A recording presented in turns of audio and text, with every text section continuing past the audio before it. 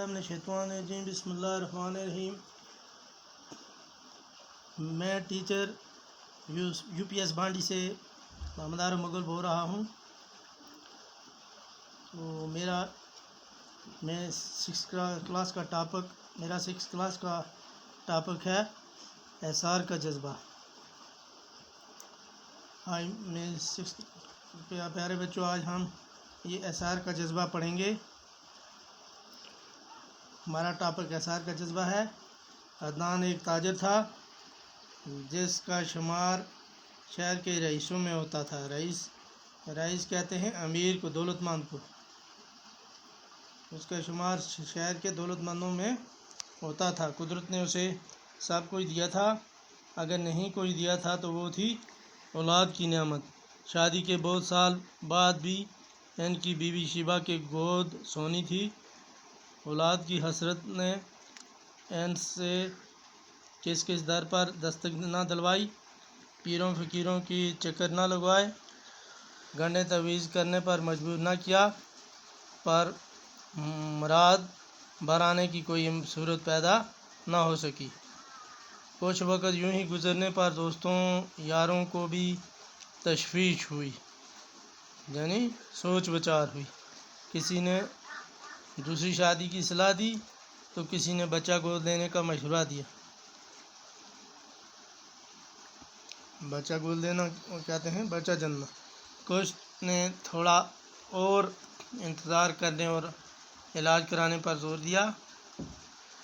इदनान तो शायद ऐसा ही करता, मगर शिबा इंतज़ार के हक़ में न थी। इसका ख्याल था कि इन्हें अगर कुछ करना है तो फ़ौरन कर लेना चाहिए, चाहे फ़ैसला दूसरी शादी करने का हो या बच्चे को गोद लेने का। इन्हें फ़ौरन कुछ न कुछ करना। चाहे अदनान को चूँकि दूसरी शादी गवारा न थी, इसलिए फ़ैसला ये हुआ कि किसी बच्चे को फ़ौरन गोद ले लिया जाए। चंद रोज़ कबल ही इनके माले का एक नौजवान जोड़ा जीप के हादसे में जान बहक होने की वजह से अपने 1 साल के खूबसूरत बच्चे को पीछे छोड़ गया था। जान बहक होना यानी मर जाना। एक नौजवान जोड़ा जीप के हादसे में जान बहक होने की वजह से यानी मरने की वजह से अपने 1 साल के खूबसूरत बच्चे को पीछे छोड़ गया था। इन्होंने उसी को गोद ले लिया। बच्चे का नाम ज़ैन रखा गया। चंद ही दिनों के अंदर घर की फ़ज़ा बदल गई। बच्चा क्या मिला जैसे आंगन में बहार उतर आई। अदनान और शिबा दोनों बच्चे की कलाकारियों में यूं खो गए कि कुछ मुद्दत तक इन्हें अपने गिरद पेश की खबर तक न रही।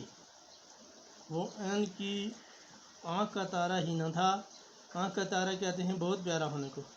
आँख का तारा का मतलब है बहुत प्यारा। रूह की ठंडक और दिल का करार भी था। शिबा की तो जैसे इसमें जान थी। वो दिन भर से खेलती रहती। कभी इसे एक तरह के कपड़े पहनाती और कभी दूसरी तरह के।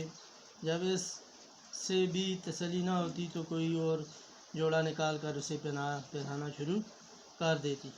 वक़्त गुज़रता रहा।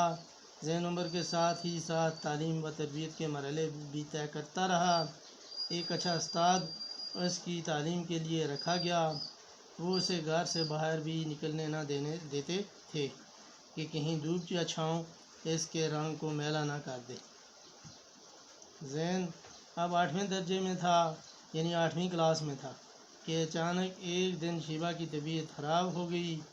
डॉक्टर मुआयना करने के लिए आया तो ये सुनकर उन्हें हैरत हुई कि शिबा के यहाँ बच्चा होने वाला है। पहले तो उनको इस पर यकीन ही ना आया। जब बार पूछने पर भी डॉक्टर ने कहे हुए अल्फाज दोहराने के सिवा और कुछ न कहा, तो उन्हें यूँ महसूस हुआ जैसे कायनात के सारे ख़जानों के दरवाज़े उन पर खोल दिए गए। बच्चे की नेमत शिबा को अगर ज़ैन की सूरत में पहले ही हासिल हो चुकी थी, मगर अपनी कोख से औलाद जनने में कुदरत ने औरत के लिए लज़्ज़त का जो सामान छुपा रखा है वो इससे अब तक आशना न थी। कुदरत ने लज़्ज़त को पाने के सामान भी اب اس کے لیے پیدا کر دی تھے۔ پھر یوں ہوا کہ ایک کے بعد دیگرے، یعنی ایک کے بعد دوسرا، اس کے ہاں 2 لڑکے ہوئے۔ زین جسے اب تک بے پناہ توجہ حاصل تھی، اب آہستہ آہستہ بے توجہی کا شکار ہونے لگا، یعنی لاپرواہی کا شکار ہونے لگا۔ عدنان تو اب بھی اس سے پہلے کی طرح ہی پیار کرتا تھا، مگر اس کے پاس وقت ہی کتنا تھا جو وہ اس کے ساتھ گزارتا۔ کاروبار کے بکھیڑوں میں وہ سارا دن مصروف رہتا۔ شیبہ کی توجہ اب اپنے بچوں پر مرکوز تھی، زین کے لیے اب اس کے پاس وقت نہ تھا۔ دوسری طرف زین فطرتاً اس قدر حساس تھا کہ اسے یہ تبدیلی بری طرح محسوس ہونے لگی۔ اب وہ کالج کا طالب علم ہی نہیں، حساس سمجھدار بھی ہو چکا تھا۔ پہلے تو اپنی ماں کے برتاؤ میں نمودار ہونے والی تبدیلیوں کی وجہ ہی اس کی سمجھ میں نہ آئی۔ پھر ایک دن جب وہ کالج سے گھر پہنچا تو اسے ماں باپ کی گفتگو سننے کا گفتگو کا مطلب ہوتا ہے بات چیت سننے کا موقع مل گیا، جس سے اس پر یہ راز فاش ہو گیا کہ وہ آج تک جنہیں اپنے والدین سمجھتا رہا ہے، دراصل محض اس کے پالنے والے ہیں۔ اس انکشاف سے اگرچہ اسے بڑا صدمہ ہوا، مگر اس نے ان پر یہ ظاہر نہ ہونے دیا کہ اسے حقیقت معلوم ہو چکی ہے۔